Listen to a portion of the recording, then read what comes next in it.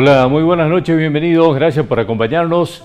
Estamos en Cadena 365 Televisión y en esta hora intentaremos acompañarlos con algunos de los temas relevantes de la semana y que sin lugar a dudas intentamos aquí tratar de resumirles, de sintetizarles y de darles algunas precisiones, algunos datos precisos de los problemas que entendemos nosotros son del interés de la gente, o por lo menos en los que la gente ha puesto fundamentalmente el interés. Uno de ellos tiene que ver con el transporte público, que en las últimas horas hemos tenido noticias y hemos conocido que las federaciones que agrupan a los servicios de transporte público del interior han puesto una alerta sobre el servicio. Están hablando de que necesitan una readecuación inmediata de las tarifas, porque creen que el transporte, o por lo menos tal cual está establecido el sistema de transporte, puede colapsar. Todos sabemos que a partir de aquella devaluación que hizo Sergio Massa, a partir de ahí hubo muchísimos aumentos de los combustibles. En estos últimos tiempos hemos tenido 2 aumentos muy seguidos, entre otras cosas que afectan directamente con el funcionamiento del transporte, el aumento de los salarios, etcétera, etcétera, etcétera. Y esto hace que empecemos a pensar qué va a pasar. ¿Se va a atender esta alerta de las federaciones que agrupan a los empresarios del transporte para tratar de readecuar la tarifa y qué va a pasar? ¿Qué significa la readecuación de la tarifa? ¿De cuánto puede llegar a ser? Algunos hablan de que esto puede tener un incremento del 100%, que es lo que ya pasó con las tarifas del transporte interurbano, de las largas distancias. Esto irá a pasar con el transporte público de pasajeros del sistema de Saeta. Lo vamos a preguntar hoy en el programa. En los últimos días hemos tenido noticias, y no buenas precisamente, con respecto a la educación argentina. Se han conocido los resultados de la prueba PISA, que evalúan a chicos de 15 años de colegios secundarios. Los resultados son altísimamente negativos y muy preocupantes. El 70% de los chicos no llegan a los niveles básicos de conocimiento de la matemática. Lo mismo pasa con la lengua y las ciencias. Es decir, el nivel en el que ha caído la educación en la Argentina es altísimamente preocupante. Hoy intentaremos tener algunos datos más, conocer un poco más sobre esto y qué se puede hacer, qué se está vislumbrando como posibles soluciones o cuáles son las bisagras que hay que poner a aceitar, las bisagras necesarias a abrir las puertas y las ventanas que nos permitan modificar estos niveles a los que hemos llegado. Nos ocupamos hoy con gente que trabaja muchísimo en esto. Y en los últimos días hemos conocido y se ha terminado de aprobar en la legislatura la emergencia hídrica en la provincia. Nuevamente estamos en la emergencia hídrica. ¿Qué significa? ¿Qué alcances tiene esto? Pero además, el ente regulador de los servicios públicos en las últimas horas ha hecho conocer que se va a imponer medidores fundamentalmente en los clubes privados, en los countries o club de campo, como se le quiera llamar, medidores y mini medidores. ¿Qué significa esto? ¿Por qué se implementa esta medida frente a la crisis hídrica? ¿Qué va a pasar con los departamentos del norte de la provincia con la llegada de estos calores que ya estamos empezando a padecer? De estos temas nos ocupamos esta noche. Gracias por acompañarnos.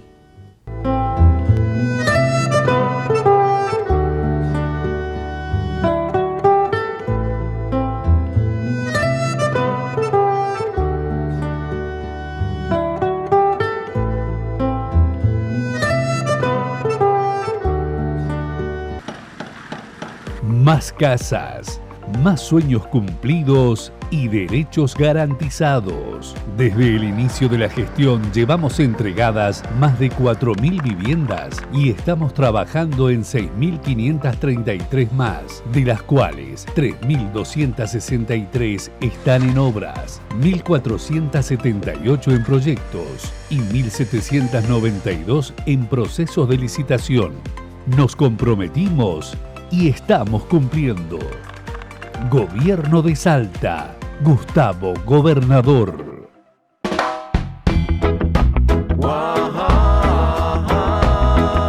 La música reggae se hace presente. Un espacio de expresión para bandas y artistas de nuestro país y del ámbito internacional. Pelagatos. Domingo, después de la medianoche, por Somos. Pelagatos.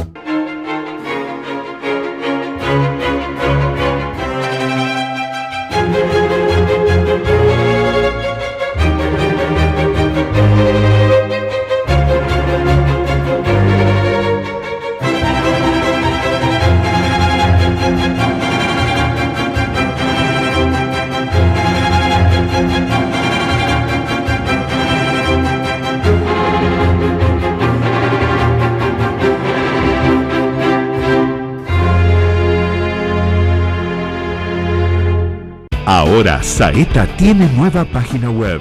Sí, más simple, más sencilla y con todos los servicios que nuestros usuarios necesitan. Los recorridos y sus horarios, desvíos, gestión de turnos, baja de tarjetas extraviadas y mucho más. Saeta App, formas de carga, Bondi, Saeta en Google Maps. Toda la información en saetasalta.com.ar.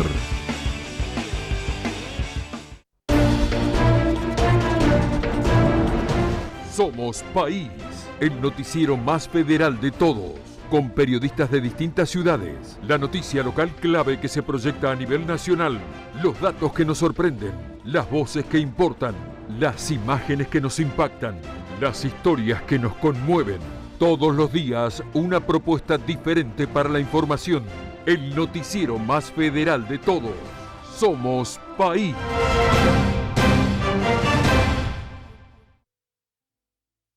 Continuamos legislando sobre los temas que te interesan y preocupan. Trabajamos en normativas sobre seguridad vial, cuidado de espacios públicos, concientización y más obras en los barrios. Desde el Consejo Deliberante gestionamos para mejorar la calidad de vida de cada salteño. Si querés conocer más, ingresá a cdsalta.gov.ar. Consejo Deliberante de la Ciudad de Salta. Un consejo más cerca tuyo.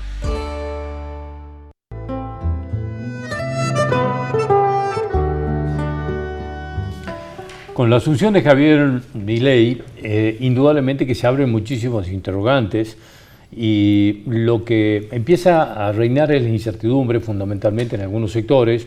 Si bien hay como insinuaciones de algunas medidas inmediatas que se van a tomar, no está todo muy claro. Obviamente que habrá que esperar que termine de acomodarse cada uno de los funcionarios en sus ministerios y se empiecen a conocer los detalles de esto que se conoce como el paquete de medidas o la ley ómnibus que va a enviar el presidente al Congreso. Pero la incertidumbre se ha planteado muy fuerte en el transporte público porque hubo un comunicado de la federación que agrupa a las empresas del transporte público de pasajeros que están alertando. Están pidiendo una readecuación inmediata de las tarifas, fruto de los saltos que han tenido en los costos, a partir de todo esto que nos viene pasando. Por eso hemos invitado hoy al presidente de Saeta, a Claudio Mor, para que podamos charlar con él y ver cuál es el panorama que tienen por delante. Claudio, como siempre, gracias por venir, muy amable. No, por favor, Juan Manuel, un gusto siempre compartir. Bueno, mucha incertidumbre. Sí, te diría que incertidumbre, expectativa, por esto que vos mencionabas, tenemos dos situaciones, la historia pasada cercana y el porvenir. Y en esto, obviamente, como digo yo, llevándolo a términos periodísticos, tenemos los títulos, pero no tenemos la bajada ni el desarrollo, ¿no? de qué efectivamente se va a hacer, cómo se haría y desde cuándo. Ha habido algún esbozo de hablar de, en este caso, los subsidios en algún momento en términos generales, y del transporte, de que los sacarían, parcialmente, eventualmente, paulatinamente. Entonces, bueno, vamos a esperar qué pasa a partir del día 10 de diciembre en adelante con este nuevo gobierno y sus funcionarios. Y después la realidad del pasado cercano, como decía, que tiene que ver con los fuertes incrementos que hemos tenido en todos los órdenes del transporte, en todos los órdenes de la vida, y el transporte no escapa a esta situación. Hablamos de las paritarias a las que hemos concurrido, hemos cerrado un acuerdo y estamos pagando en tiempo y forma. En el caso de Saeta, no pasa así en todo el país. Corrientes viene de estar 6 días de paro la semana pasada y anteriores. Chaco también. En algunos lugares se están suspendiendo servicios, se están reduciendo servicios. El caso de Tucumán. El caso de Tucumán, hace un tiempito redujo un 25% los servicios de días hábiles, dejándolos en frecuencias prácticamente de sábado, con el perjuicio que eso generaba en el movimiento de la gente en la propia San Miguel. Entonces, bueno, hay una situación compleja por esto. El ejemplo de solo el mes pasado el combustible ha tenido 2 saltos importantes, los repuestos, neumáticos que se pagan a valor dólar, el mantenimiento, entonces son costos que han sufrido un fuerte incremento. Y ahí, ante la incertidumbre de saber qué va a pasar con los subsidios, se genera la necesidad de readecuar las tarifas. Si trazamos un panorama, Claudio, desde el último incremento, el último aumento que hubo en Salta, que ¿fue cuándo y de cuánto? Tiene varios datos esto, fue calculado al mes de abril, aprobado y ejecutado a partir del 1 de agosto, y fue un incremento del 80%. Porcentaje que ya tenía un retraso porque la inflación había sido del 120% en el periodo medido, o sea que ya tenemos un desagio del 40%, y además los sucesivos atrasos que tenía la tarifa año a año. Siempre hemos corrido muy por detrás de la inflación. Entonces hay un atraso en la tarifa muy, muy grande. Yo esto siempre lo grafico con ejemplos para que la gente se dé cuenta de que estamos hablando. Hoy tenemos una tarifa de 110 pesos en Salta para los viajes urbanos. En Tucumán se acaba de aprobar 230, 240 en Córdoba y en Santa Fe, Corrientes 200 y pidiendo subas, Mar del Plata llegando casi a los 400, bueno, hay valores mucho más altos. Pero nosotros tenemos que readecuar en algún momento porque hemos quedado atrasados realmente, y en el momento que entraba a regir el nuevo incremento, el 1 de agosto, el día 12 aproximadamente, teníamos un golpe de inflación ese mismo mes, que licuaba prácticamente el aumento. Es decir, que desde abril y hasta aquí, porque es lo que habría que calcular, digamos, porque el aumento que se aplicó se estimó en abril. Es decir, que hay que readecuar todo lo que pasó con la economía desde abril hasta aquí. Exactamente, y ese será un dato. Ese será un dato, la inflación, pero después tenemos los valores reales, que son estos que yo te menciono: combustible, salarios, mantenimiento de las unidades. Eso genera tal vez aumentos más fuertes en algunos rubros. Bueno, ¿y esto cómo se hace la evaluación de lo que debería costar entonces frente, digamos, al dato de la inflación y estos otros datos de los aumentos reales? No sé, vos hablabas de los neumáticos, repuestos, combustible, sueldos, etcétera. Bueno, ¿cómo se acomoda esto para la nueva tarifa? Los ítems generan índices que determinan cuál es el valor real de la tarifa, y obviamente sin dejar de contemplar que tenemos el subsidio provincial hoy, que es una fuente de ingresos más que importante, que sostiene la mayor parte de la estructura de costos. Así que sí, está en estos momentos el equipo técnico trabajando. Mañana tenemos una reunión con ellos para tener la última mirada, y ya seguramente en los próximos días es inminente e inevitable que debamos presentar este pedido de readecuación. Así que definiremos el porcentaje o el monto del valor del boleto, y como corresponde iniciaremos el expediente presentando la nota en AMT para que empiece su proceso. ¿Hay alguna aproximación de lo que puede llegar a Sí, tengo una idea, pero digo, como mañana hay una revisión final, prefiero ser prudente, pero sí tiene un incremento importante, como nada, alguien me lo planteó así, me pareció muy interesante. Si conocemos a alguien que nos esté mirando ahora que tiene una pizzería, una sandwichería, cualquier actividad, que me diga si desde agosto o desde abril a la fecha puede vender su producto, pero con aquellos valores. Es imposible. Entonces ahí es donde nosotros tenemos que readecuar, y es más o menos en ese orden por donde vamos a ir. Mencionabas el subsidio de la provincia. ¿Hoy es de cuánto? ¿En qué porcentaje del boleto está subsidiado por la provincia?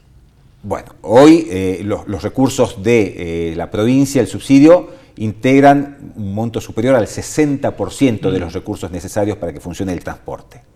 Y esto se justifica en que toda persona que viaja y que tiene beneficios, gratuidades en Saeta, está subsidiada en un 100%. Y el que paga, paga tal vez un poco menos del 15% del valor real de un pasaje. El resto lo suple en mayor medida la provincia, y marginalmente el subsidio nacional. El subsidio nacional. Ahí está la segunda pregunta, que venía respecto al tema de los subsidios. Si se cumpliera esto, que se habla de, digamos, la eliminación de los subsidios, ¿en cuánto afectaría esto el servicio de transporte en Salta? Bueno, la ecuación, y no por evadir la pregunta, la ecuación es sencilla. Boleto, subsidios nacionales y subsidios provinciales. Son las tres patas que integran los recursos. Cuando una baja en su volumen, alguna de las otras debe subir. Y yo quiero ser prudente en esto, pero los recursos de la provincia no son infinitos e inagotables. Y además se plantea menos frente al panorama futuro. Esto quería decir, menos frente al panorama futuro, donde si desaparecieran los subsidios nacionales del transporte, no solamente la Nación va a ajustar en esto, seguramente en otros recursos que transfiere a las provincias, en otro tipo de transferencia. No hablemos de la coparticipación, pero sí hay aportes del Tesoro Nacional. Tal vez si se ajusta ahí también la provincia esté complicada. Bueno, obviamente que habrá que readecuar la tarifa, poniendo mayor carga y haciendo que se comparta el esfuerzo sobre el valor del boleto. Que es, digamos, o se traslada al precio del boleto para que lo pague el usuario, digamos, supliendo esto, o se va a tener que hacer cargo la provincia, o la mitad cada uno, como bueno. Exactamente. Va a ser materia de análisis y estudio largo. No hay complejidad, si queremos simplificarlo más allá de lo técnico. Digo, los sueldos hay que pagarlos, hay que pagar el combustible, el mantenimiento de las unidades. La ecuación da 10. Si tenemos 8, hay que ver o de dónde surgen los recursos o cómo se puede ajustar el servicio, tratando de que impacte lo menos posible.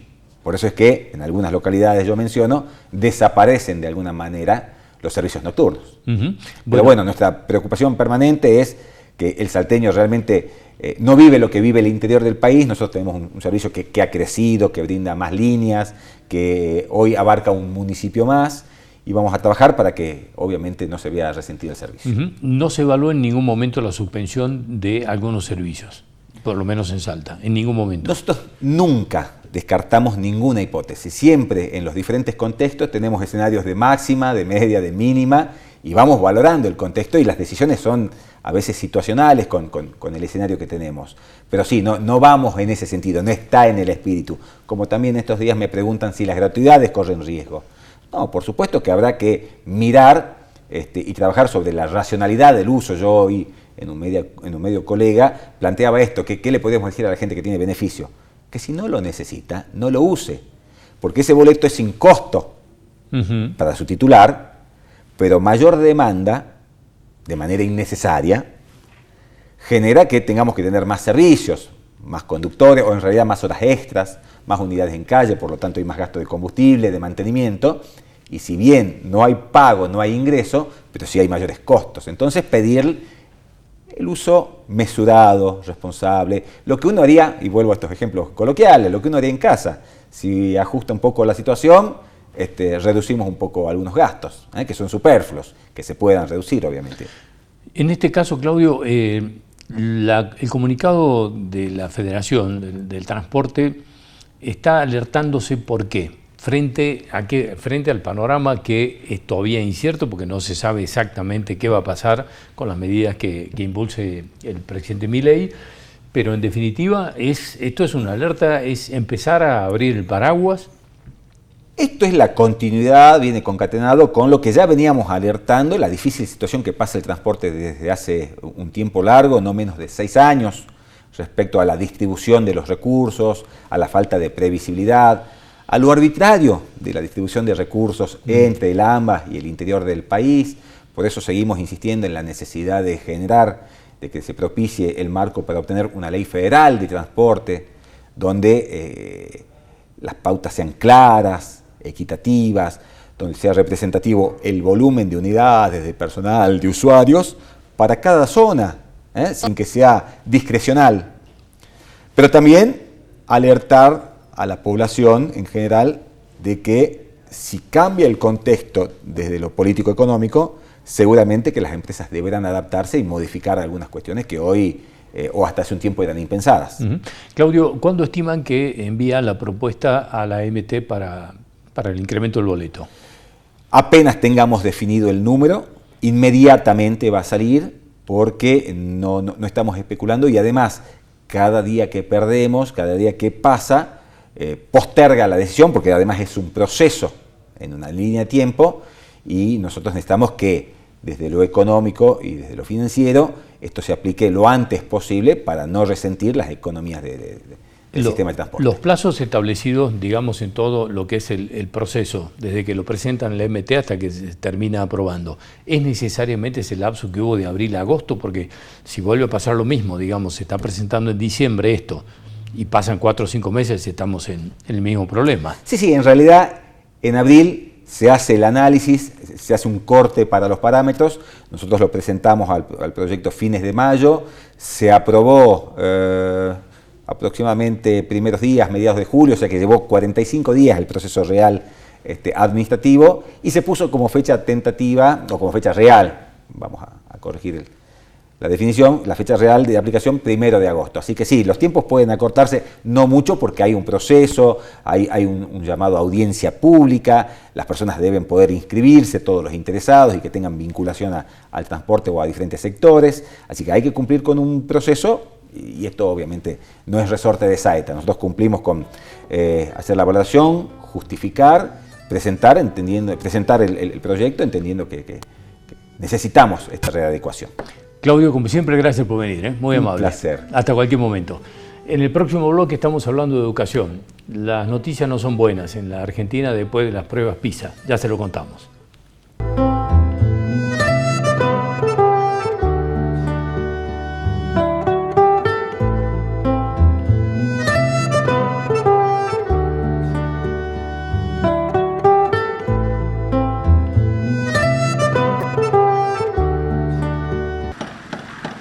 Más casas, más sueños cumplidos y derechos garantizados. Desde el inicio de la gestión llevamos entregadas más de 4.000 viviendas y estamos trabajando en 6.533 más, de las cuales 3.263 están en obras, 1.478 en proyectos y 1.792 en procesos de licitación. Nos comprometimos y estamos cumpliendo. Gobierno de Salta. Gustavo Gobernador.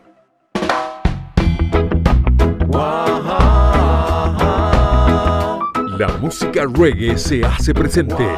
Un espacio de expresión para bandas y artistas de nuestro país y del ámbito internacional. Pelagatos. Domingo, después de la medianoche, por Somos. Pelagatos.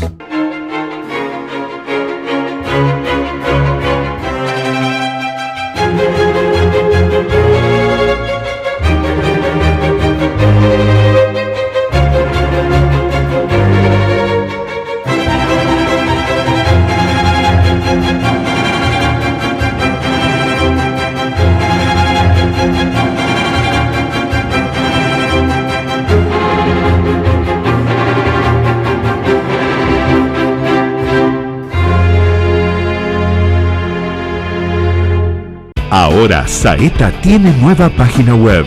Sí, más simple, más sencilla y con todos los servicios que nuestros usuarios necesitan.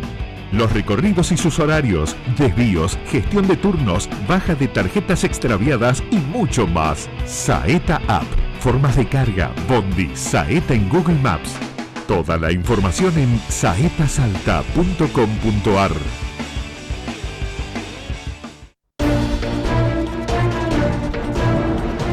Somos País, el noticiero más federal de todos, con periodistas de distintas ciudades, la noticia local clave que se proyecta a nivel nacional, los datos que nos sorprenden, las voces que importan, las imágenes que nos impactan, las historias que nos conmueven. Todos los días una propuesta diferente para la información, el noticiero más federal de todos. Somos País.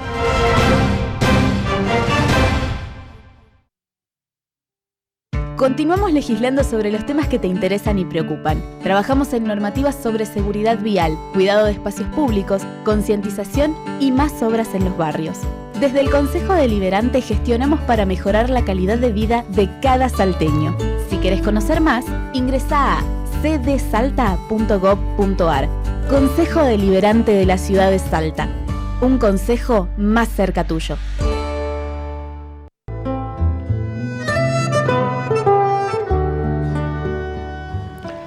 Se ha conocido en la semana los números preocupantes de los resultados de las pruebas PISA que se han realizado durante el año 22 en alumnos de 15 años de los colegios secundarios, y los números son realmente preocupantes y que me parecía importante que hoy podamos analizarlos con gente que trabaja en esta materia y que en alguna oportunidad han charlado ya con nosotros en este programa y que nos han planteado un panorama preocupante respecto del futuro de lo que, y de la realidad de lo que está pasando con el sistema educativo en la Argentina. Estos resultados han mostrado, entre otras cosas, que el 70% de los alumnos, es decir, 7 de cada 10, no tienen la comprensión necesaria sobre matemática, por ejemplo. Entiendo que hay unos números parecidos en lo que respecta a lengua y a ciencias, pero hoy vamos a charlar con Leire Sáenz Guillén. Ella es analista y pertenece al Observatorio Argentino por la Educación, y que de alguna manera nos han permitido siempre que podamos analizar y conocer un poco más sobre esta cuestión, pero queremos ver qué mirada tienen sobre los resultados de esta prueba. Así que, Leire, como siempre, muchas gracias por atendernos, muy amable. Buenas tardes, muchas gracias a ustedes por la invitación. Bueno, ¿cómo han analizado ustedes los resultados que se han conocido de estas pruebas? Bueno, como venís mencionando, en nuestro último informe que realizamos desde Argentinos por la Educación, analizamos justamente las pruebas PISA, ¿no? Que son unas pruebas que se realizan en 81 países del mundo a chicos de 15 años. Y acá hay dos noticias. Una noticia buena, se podría decir, que es que los últimos datos que teníamos de las pruebas PISA eran del año 2018, y como bien mencionaste, estos últimos son del 2022. Entonces, en el medio tenemos la pandemia, y había mucha preocupación por la comunidad educativa de ver cómo impactó la pandemia y la falta de clases en los chicos en sus resultados. Acá la buena noticia es que del 2018 al 2022 vemos que en Argentina no hubo grandes cambios. Realmente los puntajes son muy similares y las trayectorias de los chicos vienen parejas. Entonces vemos que la pandemia realmente no tuvo un impacto tan grande como pensábamos. Y por otro lado, la mala noticia, que ya mencionaste recién, que estos puntajes, si bien no cambiaron, son muy bajos, ¿no? Por ejemplo, en matemática tenemos que 7 de cada 10 chicos no logran los niveles básicos en esta materia. Y cuando hablamos de lectura y de ciencias, vemos que 5 de cada 10 estudiantes, es decir, la mitad de los chicos, no logran los niveles mínimos de desempeño en estas materias. Entonces, vemos que la pandemia realmente no tuvo tal impacto, pero que las trayectorias y los puntajes que estamos trayendo son muy bajos ya desde antes del año. Bueno, frente a estos números me parece que hay como muchos desafíos, obviamente. La primera pregunta que te quería hacer, porque estamos viendo uno de los cuadros que han publicado ustedes, es que me cuentes cómo estamos respecto y cómo hemos terminado respecto de los países vecinos, no sé, Chile, Uruguay, Bolivia, Perú, etcétera. ¿Cómo ha quedado la Argentina en este sentido? Bueno, de Latinoamérica en las pruebas PISA 2022 participaron 13 países. Y Argentina se encuentra en el puesto número 8, o sea que tenemos 7 países por encima nuestro, estamos por debajo del promedio. Por encima nuestro, por ejemplo, se encuentra Chile, se encuentra Uruguay, se encuentra Costa Rica, México, Brasil, Colombia, Perú. Así que en comparación con la región, que son países similares a nosotros en términos de recursos, en términos de nivel socioeconómico, vemos que estamos en el puesto 8 de 13, o sea, bastante por debajo de la media. En este sentido, Leire, ¿qué nos ha pasado respecto, qué hemos hecho o qué no hemos hecho respecto de los países vecinos que están, por lo que nos están mostrando y por estamos viendo en los cuadros, bastante mejor que nosotros?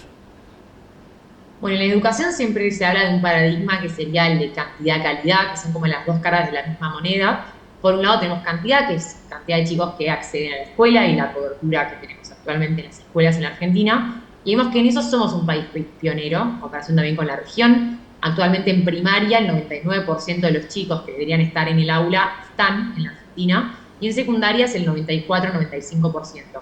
Vemos que esto viene creciendo año a año, ¿no? Entonces, la tasa de cobertura está creciendo, los chicos están en el aula, vemos también a su vez que la tasa de abandono escolar está cayendo. Entonces, esto es un primer paso muy importante también, algo a mencionar de nuestro país, de que los chicos están en el aula, y esto es un primer paso para que puedan aprender. Pero por el otro lado, tenemos la parte de la calidad, que nosotros vemos que en nuestro país lo que estuvo pasando es que a medida que aumenta la cobertura, a medida que aumenta la cantidad de chicos en el aula, vemos que esto se refleja como un detrimento de la calidad en los aprendizajes, ¿no? Los chicos cada vez tienen puntajes menores. Entonces, bueno, es un poco hacer este balance entre que los chicos realmente se queden en la escuela, y porque muchas veces el abandono escolar se debe a alta exigencia, entonces los chicos se van. Hay que dejar que, bueno, que se queden, pero sin dejar que los aprendizajes caigan. En Argentina estuvo pasando un poco esto, ¿no? Hay que ver ahora cómo reforzamos toda la parte más de calidad en los aprendizajes. Leire, si lo llevamos a términos médicos, digamos que este estudio es la fiebre del problema. Entonces, te preguntaría por el diagnóstico, digamos, ¿cuál es la enfermedad que está provocando esta fiebre? Y ya que estamos, te pregunto también, ¿cuál sería el tratamiento? ¿O dónde estamos y si estamos en condiciones de iniciar un tratamiento? Sí, yo creo que es importante, bueno, nosotros lo que hacemos de Argentinos por la Educación es cada 15 días publicamos un informe con estadísticas, siempre en base a números, de cómo estamos en ciertos ámbitos de la educación, ¿no? Ya sea la tasa de abandono, los puntajes. Y un poco esto, el objetivo que tiene es que nosotros decimos que lo que no se mide no se mejora, y si no hay estadísticas, si no hay el dato de, bueno, a dónde apuntamos, no podemos hacer después buena política pública efectiva para mejorarlo. Te doy un ejemplo así más concreto. Nosotros en un informe que hicimos hace unos meses veíamos que en Argentina, en tercer grado, es decir, chicos de 8 años, 1 de cada 2, o sea, la mitad, no comprende un texto básico. Entonces, a raíz de ver esto, nos dimos cuenta de que muchas veces hoy en día se habla de robótica, de tecnología, de programación, de cosas así más modernas, cuando en realidad la mitad de nuestros chicos de 8 años no comprenden un texto básico. Entonces, creo que es importante mostrar la estadística para a raíz de ahí empezar a mejorar. Y nosotros con este informe realizamos, a raíz de esto, una campaña por la alfabetización inicial, de que vuelva la alfabetización inicial y de volver a la importancia de fortalecer todos de las bases. Y antes de las elecciones de las PASO, hicimos que logramos que los 6 precandidatos principales a presidente firmen este compromiso por la alfabetización inicial, y también 9 gobernadores firmaron este compromiso por la alfabetización inicial. Entonces yo creo que un poco el recorrido es tener la estadística y el dato de dónde vamos a mejorar, porque si no muchas veces se habla de cosas más por observación y quizás hay que ver, bueno, realmente a dónde apuntamos la ficha. Una vez que tenemos el dato, como pasó con este informe, siempre agradecemos a los medios que nos permiten salir a contarlo, porque eso también nos da mucha visibilidad para todo lo que sería los dirigentes políticos. Y como se dio en este caso, logramos generar este compromiso por la alfabetización, y entre los que lo firmaron también está el presidente electo. Entonces creo que es importante, ¿no?, ir involucrando acá a todos de su lado y ver realmente en nuestro país a dónde tenemos que apuntar y dónde tenemos que mandar, que en este caso son los niveles iniciales y reforzar todo de las bases. Ahora, en este caso de los niveles iniciales y estos datos alarmantes que nos estás dando realmente, ¿el problema dónde está? ¿Es la matriz didáctica? ¿Qué es lo que hay que modificar? El problema está, no sé, en los docentes, en los programas. ¿Dónde entienden ustedes que está el principal problema? Bueno, desde ya que la educación es un tema complejo, ¿no? No es que hay un culpable, sino sería muy simple. Es algo que nos compete mucho a todos como sociedad, a los dirigentes políticos, a los docentes, a las familias. Yo creo que un poco en parte, 2 cositas me gustaría decir. Primero, que hay que volver al paradigma de volver a la educación importante de nuevo. Se había dejado un poco de lado. Yo creo que con este año electoral se volvió a poner la educación un poco en agenda. Realmente, no sé, esto lo demuestra que en el debate presidencial uno de los ejes temáticos era educación. Yo creo que hay que volver a darles a ese valor que tiene, que se puede ir valorizando con los años, ¿no? Tanto la carrera docente como toda la parte de los aprendizajes. Y por otro lado, yo creo que es importante, todo esto que te mencionaba, ¿no? De que como sociedad, cada uno en su lugar, no es que hay un culpable, es que, primero veamos dónde estamos flojos y apuntemos las políticas a eso y ver, por ejemplo, en esto de alfabetización inicial, que quizás no es tanto el tema de tecnología que te decía. Yo creo que este es un problema que, por ejemplo, en las pruebas PISA vemos que los países nórdicos tuvieron grandes caídas, ¿no?, en los puntajes, y se dieron cuenta que estaban poniendo demasiada tecnología en las aulas y que había que volver todo a lo tradicional. Entonces yo creo que es eso, darse cuenta, y en este caso es eso, volver a la lectoescritura. No es algo tan una solución mágica, sino que entre todos, como bueno, ver hacia dónde lo dirigimos, y eso, en este caso, que fue algo muy llamativo, ¿no? Que es como el retroceso de la tecnología y volver más a las cosas básicas que veníamos haciendo. En este caso, Leire, digamos, estos avances tecnológicos y el enmarque que tiene dentro de los sistemas educativos y el hecho de que los chicos estén a un clic de la información que necesiten, el tema es el desafío. ¿Cuál es la interpretación? ¿Cómo se hace para que puedan trabajar la interpretación o tengan un análisis crítico, para decirlo de alguna manera, de la información que tienen a un clic? Totalmente. El desafío en las aulas está en eso, volver un poco a las bases, y que la tecnología es importante y es buena y aporta, pero en niveles más tardíos del aprendizaje. Por ejemplo, los países que tuvieron puntajes más altos en las pruebas PISA son los países asiáticos, y cuando vemos cuál es su sistema de enseñanza en las aulas, es muy todo lo ancestral, ¿no? Por ejemplo, veíamos que en Singapur o en estos países que tuvieron realmente puntajes muy altos, en las aulas tienen todo lo clásico de leer, de escribir, incluso de barrer, de tareas del hogar. Como que es intentar que el contexto del colegio, si bien es inherente a la sociedad actual, todo lo tecnológico, por lo menos que en los aprendizajes iniciales, en los primeros años, que en las aulas se trate de conservar como todo lo que teníamos de antes, que realmente ahí es cuando el chico aprende y cuando integra todo lo que tiene que aprender. Después, más adelante, en la secundaria o años posteriores, ver cómo ir, obviamente es un desafío, ¿no? Pero ver cómo ir metiendo toda la tecnología. Intentar que no atraviese tanto los primeros años, que son fundamentales para que el chico desarrolle también su capacidad de pensar y el razonamiento lógico.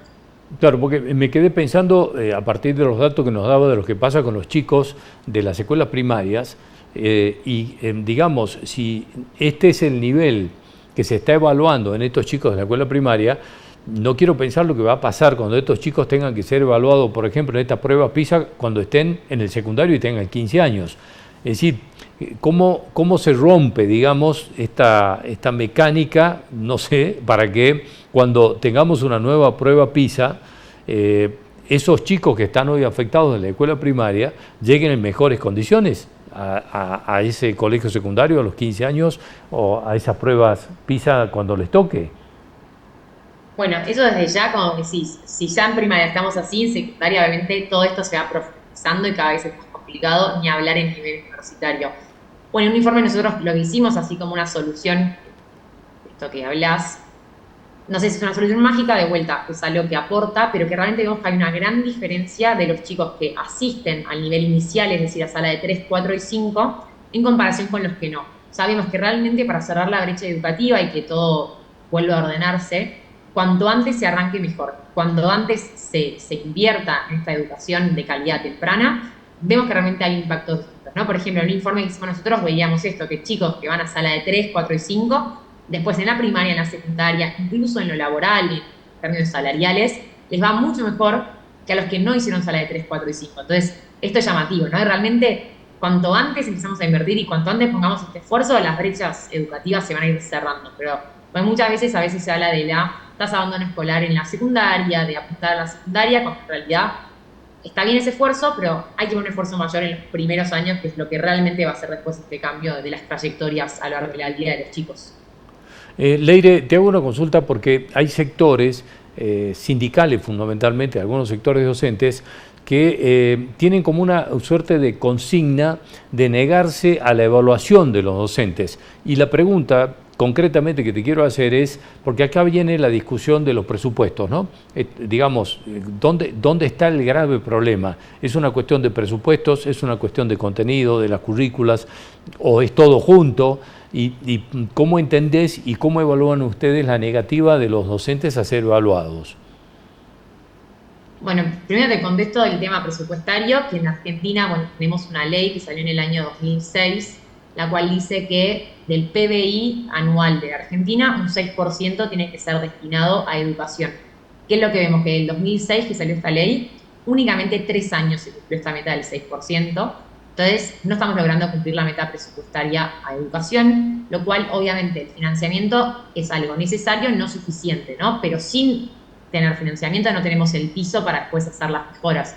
Vos preguntabas, ¿Qué es lo que tenemos que hacer? Yo creo que un primer punto de partida sería cumplir con el presupuesto que tenemos por ley, que es este 6% que no se viene cumpliendo, porque obviamente si no tenemos ese piso, nuevamente no podemos seguir mejorando o invertir en infraestructura o en políticas o en el salario docente. Hay muchas cosas que derivan de cumplir esa base. Y con respecto a la evaluación docente o de los chicos, creemos que es positivo que se evalúe. Muchas veces es verdad que no está bien visto o los docentes se sienten atacados. En realidad, las evaluaciones docentes o las evaluaciones de los chicos es simplemente una forma de ver cómo estamos parados, no es algo para calificar nada de cómo está, sino un poco con este ánimo que yo te decía de lo que no se mide y no se mejora, y también es bueno saber dónde estamos parados para ver qué mejorar capaz de la carrera docente o qué mejorar de cómo vamos a nosotros de los chicos. Sin las estadísticas estamos un poco a ciegas de cómo hacerlo. Creemos que es importante que estén estas evaluaciones. Bueno, de todas maneras los desafíos son enormes. Estamos a las puertas de un nuevo gobierno y realmente espero que, o por lo menos creo que esperamos todos, que esto se lea con la profundidad que se tiene que leer y ver, digamos, si se pueden aplicar los cambios que sean inmediatos y quizás empezar a mirar un poco qué pasó en nuestros países vecinos. No digo, no mirar el resto del mundo, a nuestros países vecinos que han logrado de alguna manera estar mejores que nosotros. Totalmente. Los principales desafíos que tendría que tener este gobierno en materia educativa, Leire, en tu opinión, ¿son cuáles? Inmediatos. Yo creo que dos cosas así diría. Por un lado, el tema de la alfabetización inicial, que como te mencioné, el presidente electo firmó este compromiso por la alfabetización inicial. Me parece que es fundamental apuntar los esfuerzos a los primeros años y mandar todo ahí para cerrar ya las brechas de las próximas generaciones. Y por otro lado, nosotros en otro informe que hicimos anterior a este de PISA, analizamos el presupuesto que se está debatiendo actualmente en el Congreso, que fue mandado por el gobierno de Alberto Fernández, el cual no creo que se acepte de esta manera, ¿no? Probablemente el gobierno que asume el 10 de diciembre haga cambios en este presupuesto, y nosotros lo que veíamos en este presupuesto es que en materia educativa, el Ministerio de Educación van a bajar los recursos que se le van a dirigir, es decir, en el 2023 se le mandaba un 6%, ya en el 2024 estaba presupuestado un 5,3%. Entonces, nuestra forma también de mostrar esto en este informe es que ojalá el nuevo gobierno no acepte esta partida presupuestaria para educación y le dé lo que tiene que tener como para después tener la base para hacer todo lo demás. Entonces, yo creo que sería el financiamiento y después apuntar todo a más niveles iniciales y reforzar esas bases. Leire, muchísimas gracias por atendernos, como siempre, muy amable, y gracias por ayudarnos a mirar con un poco más de luz esta cuestión que nos preocupa tanto. No, muchas gracias a ustedes y que tengan un buen día. Igualmente, hasta cualquier momento. Muchas gracias. En el próximo bloque estamos hablando de la crisis hídrica. Se ha aprobado en la provincia una nueva emergencia hídrica y además el ente regulador de los servicios públicos ha tomado algunas medidas respecto de los emprendimientos privados, de los desarrolladores, de los desarrollos inmobiliarios, y de esta manera vamos a tener para compartir con ustedes esta información. Ya volvemos.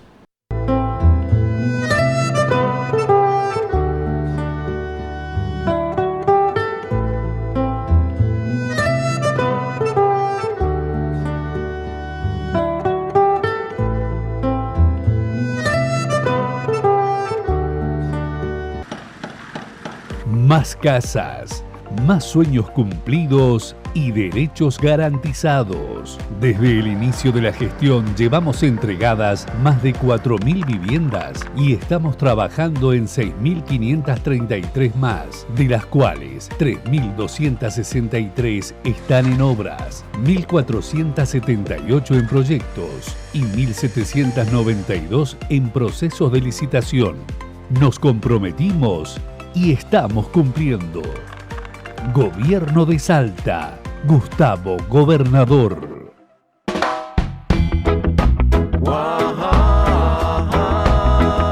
La música reggae se hace presente. Un espacio de expresión para bandas y artistas de nuestro país y del ámbito internacional. Pelagatos. Domingo, después de la medianoche, por Somos. Pelagatos.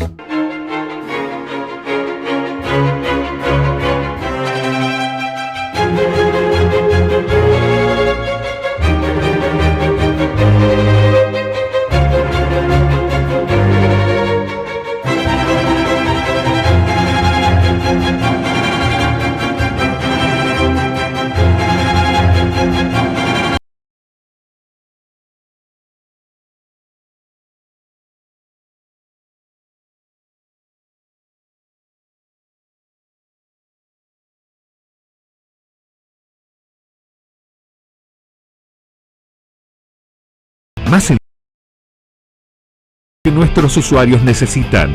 Los recorridos y sus horarios, desvíos, gestión de turnos, baja de tarjetas extraviadas y mucho más. Saeta App, formas de carga, bondi, Saeta en Google Maps. Toda la información en saetasalta.com.ar.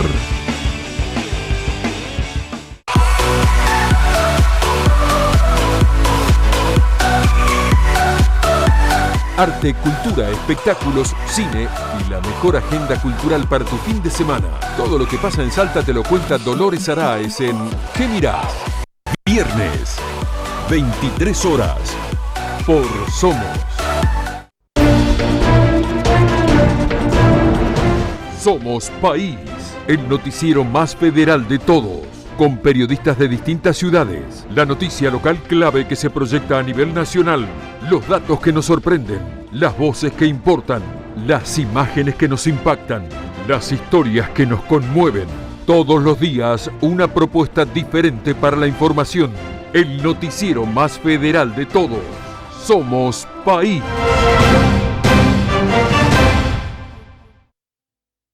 Llega Somos el Fútbol. Entrevistas, debate, lo mejor de la fecha. Toti Pazman. Fer Mancini. Somos el Fútbol.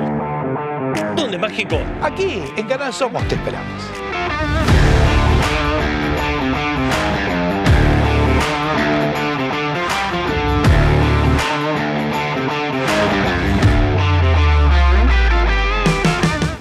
Continuamos legislando sobre los temas que te interesan y preocupan. Trabajamos en normativas sobre seguridad vial, cuidado de espacios públicos, concientización y más obras en los barrios. Desde el Consejo Deliberante gestionamos para mejorar la calidad de vida de cada salteño. Si querés conocer más, ingresá a cdsalta.gov.ar. Consejo Deliberante de la Ciudad de Salta. Un consejo más cerca tuyo.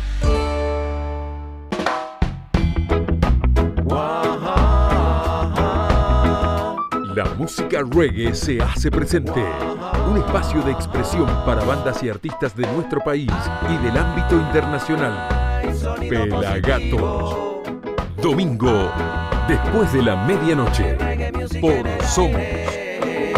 Pelagatos. Ahora Saeta tiene nueva página web. Sí, más simple, más sencilla y con todos los servicios que nuestros usuarios necesitan. Los recorridos y sus horarios, desvíos, gestión de turnos, baja de tarjetas extraviadas y mucho más. Saeta App, formas de carga, bondi, Saeta en Google Maps. Toda la información en saetasalta.com.ar. Más casas, más sueños cumplidos y derechos garantizados. Desde el inicio de la gestión llevamos entregadas más de 4.000 viviendas y estamos trabajando en 6.533 más, de las cuales 3.263 están en obras, 1.478 en proyectos y 1.792 en procesos de licitación. Nos comprometimos y estamos cumpliendo. Gobierno de Salta. Gustavo Gobernador.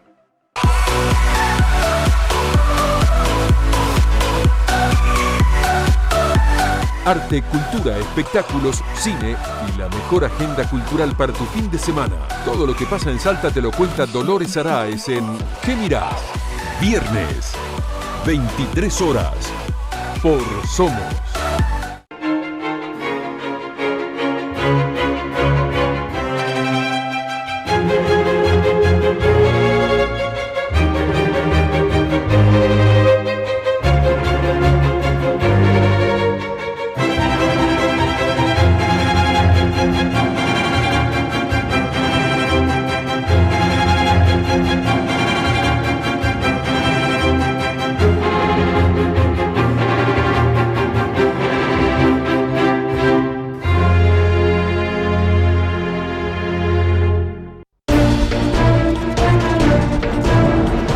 Somos País, el noticiero más federal de todos, con periodistas de distintas ciudades, la noticia local clave que se proyecta a nivel nacional, los datos que nos sorprenden, las voces que importan, las imágenes que nos impactan, las historias que nos conmueven. Todos los días una propuesta diferente para la información. El noticiero más federal de todos. Somos País.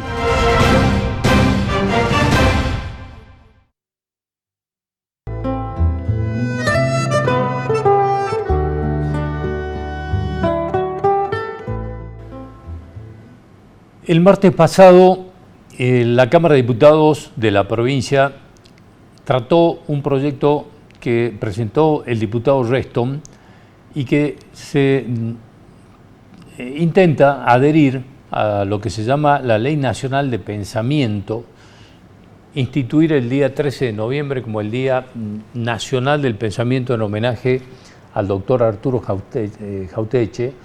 Y me pareció importante porque hubo una voz disidente que se levantó con fuerza en la sesión de la Cámara de Diputados, perdón, dije el doctor Arturo Jauretche, y José Gaufín, el diputado Gaufín, se opuso de manera enfática a este proyecto y queríamos convocarlo para el programa de hoy para que nos cuente un poquito qué pasó, de qué se trata esto y por qué su oposición. José, como siempre, gracias por atendernos. ¿Qué tal? Buenas noches. Gracias por atendernos, muy amable. Bueno, ¿de qué se trata este proyecto del Día Nacional del Pensamiento? Bueno, un año después de asumir Néstor Kirchner, en noviembre del 2004, impulsa él personalmente, y bueno, a través de ese bloque de diputados, de senadores que tenía en aquel momento, una ley que se sanciona finalmente, donde establece que ese día, el día del fallecimiento de Arturo Jauretche, un pensador y político argentino, como el Día del Pensamiento Nacional. Esa ley tiene luego un artículo que es lo que me pareció más aberrante todavía, que establece que hay que pedirle, o el Ejecutivo tiene que, a través del Consejo Federal de Educación, instruir a todos los colegios privados y públicos de que en los contenidos de la primaria y de la secundaria había que enseñarles sobre la vida y la obra de este pensador Arturo Jauretche, que yo no quiero ni hablar de Arturo Jauretche porque no tengo ningún problema, respeto muchísimo la obra literaria y el pensamiento político de todos los argentinos, pero a mí lo que no puedo aceptar es que esta velada forma de querer colonizar un pensamiento nacional, ¿no? Para Néstor Kirchner el pensamiento nacional estaba de alguna manera ejemplificado en el pensamiento de Jauretche, y esa es la forma tan nociva para un país, el de decir, este es el pensamiento nacional, esto que piensa Jauretche, esto que a mí me gusta, es lo que tiene que ser el pensamiento nacional. Es el típico forma de decir, estos somos nosotros, la nación, el resto no. Porque si yo no pienso como Jauretche o como Néstor Kirchner, evidentemente no soy la nación. Evidentemente estoy, no sé, parado en el mar, digamos, ¿no? Esta es la típica actitud que tienen pensamientos totalitarios, gobiernos totalitarios, que de alguna manera quieren imponer, pasando por encima de la libertad de pensamiento de todos los habitantes de un país, y decir, este es el pensamiento nacional. Esto tiene rasgos totalitarios, sin duda, nacionalistas, ese nacionalismo que ha hecho tanto mal a todo el mundo, que ha generado tantas guerras. Yo recuerdo perfectamente el nazismo, que tenía un pensamiento nacional firme, que ellos eran una raza superior, que había que reivindicar a la nación alemana, y eso derivó en una guerra mundial, un holocausto realmente, que cuando se piensa o se quiere con una actitud totalitaria decir esto es lo que hay que pensar, evidentemente estamos en problemas, ¿no? Son los rasgos típicos del totalitarismo y del nazismo y del nacionalismo, digamos, ¿no? José, tengo entendido que en tu oposición en la Cámara de Diputados, y te pido que me corrijas si no es así, vos utilizaste la palabra del peligro de adoctrinamiento. ¿Esto es así? Sí, lo usé porque ese artículo 3 de la Ley Nacional dice que hay que poner esto en los contenidos de la escuela primaria y secundaria. Yo me imagino una maestra diciéndole o enseñándole a un chico de 7 años, de 8 años, de 10 años, bueno, miren, Jauretche era un cordobés bastante batallador, que pensaba, que escribió estos libros, que estaba en forja primero, con el radicalismo, y que después se pasó al peronismo y que buscaba, ¿saben qué? La Constitución podríamos decir que es el pensamiento nacional. Eso es lo que hay que enseñar. Ese es el documento donde en un marco democrático y representativo logramos un texto donde está resumido las normas, por así decirlo, de convivencia de una nación y en las que pretendemos vivir como nación y salir adelante. Es decir, ¿cómo vamos a adoctrinar a nuestros chicos desde chiquitos de que el pensamiento nacional era lo de Jauretche? Es decir, eso es claramente un adoctrinamiento y eso no lo podemos dejar pasar ni aceptar como sociedad. Que convengamos que está muy bien que se estudie la obra del doctor Jauretche y su trayectoria política en el marco del estudio de absolutamente todos los pensadores y de todos los escritores que indudablemente han dejado una huella muy profunda en la Argentina. Pero digamos, reducirlo a que... Lo expresé también. Sí. Yo no tengo nada contra Jauretche, es más, he leído uno de sus libros, Las Urceras Argentinas, que realmente hasta me parece divertido y tiene mucha perspicacia en marcar algunos puntos de nuestra sociedad, pero no podemos decir que eso es el pensamiento nacional. A eso es lo que yo me opongo totalmente, ese título o rótulo, y que yo no dudo de la buena intención del diputado Jorge Restan, a quien respeto muchísimo. Esto no tiene nada que ver con él, pero sí con el espíritu de la ley a la cual se pretende adherir. José, sí. ¿Cuál fue el destino de este proyecto finalmente en la Cámara? Bueno, solamente 6 diputados, 7 creo, se opusieron, se aprobó, aprobado por la totalidad del saencismo, tiene media sanción, pasó a la Cámara de Senadores para su tratamiento, y ojalá que pueda haber allí una voz que de alguna manera impida que este proyecto, que es una ley del 2004, adherirnos ahora a una ley del 2004, cuando los tiempos del país han cambiado, donde el espíritu de libertad está a flor de piel de todos los jóvenes, digamos. Además, ¿no? donde hay situaciones, me parece, muchas más serias para discutir en materia educativa, ¿no? José, te agradezco muchísimo habernos atendido como siempre, muy amable, ¿eh? Muchas gracias, Inés. Hasta cualquier momento. Bueno, le pedimos disculpas porque le habíamos anunciado que íbamos a abordar aquí el tema de la emergencia hídrica en la provincia. El doctor Carlos Arabia, que es el titular del ente regulador de los servicios públicos, ha tenido un inconveniente porque no ha podido llegar al programa, pero queda en agenda para nuestro próximo programa y que lo podamos tratar. Gracias por acompañarnos a todos. Buenas noches.